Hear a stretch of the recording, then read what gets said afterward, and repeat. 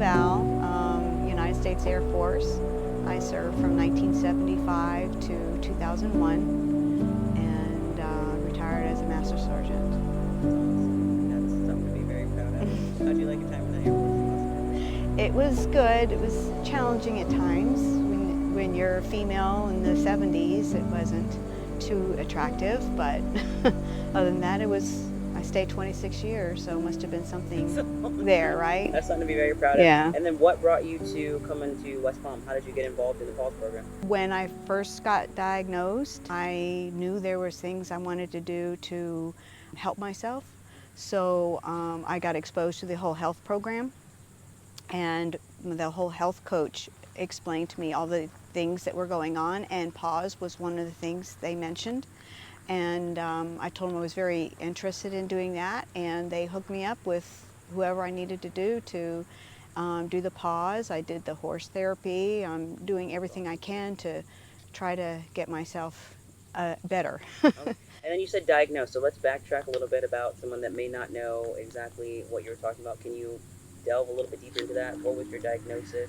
They diagnosed me with PTSD. This happened over almost 50 years ago, and it took me that long to actually understand and know what was wrong with me. So how has PAWS program specifically helped you kind of overcome your anxiety and PTSD? I'm working with dogs, which I really love dogs. I have 2 dogs and 2 cats at home, and I love just being with the dogs and learning about them and seeing their trust in me. Another thing too is I'm actually around other people that have the same thing, PTSD, and I'm not used to that. So in doing the PAWS program, do you feel like you have garnered a sense of community?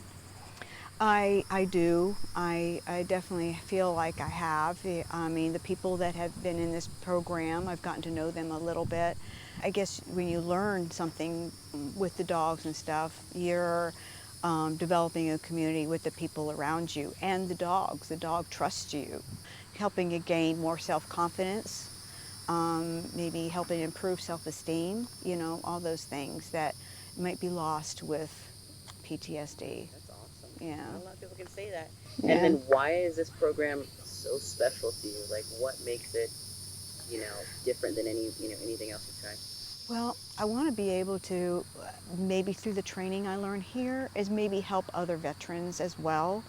There are like an astronomical amount of veteran suicides, and maybe just helping one through this type of program, that maybe I can help do something to help them train maybe their dog or service dog, or help them, guide them to get a service dog to help them in whatever issues might be involved in their life.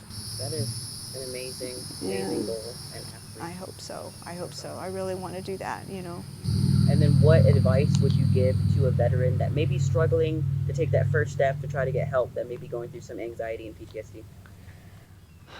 That use the resources the VA has to provides us. There are so many resources the VA has.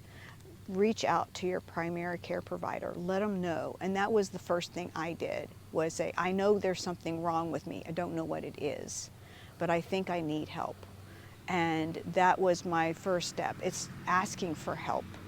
I think there's a lot of us that are afraid to do that. They're afraid to get that stigma of having a quote unquote disability.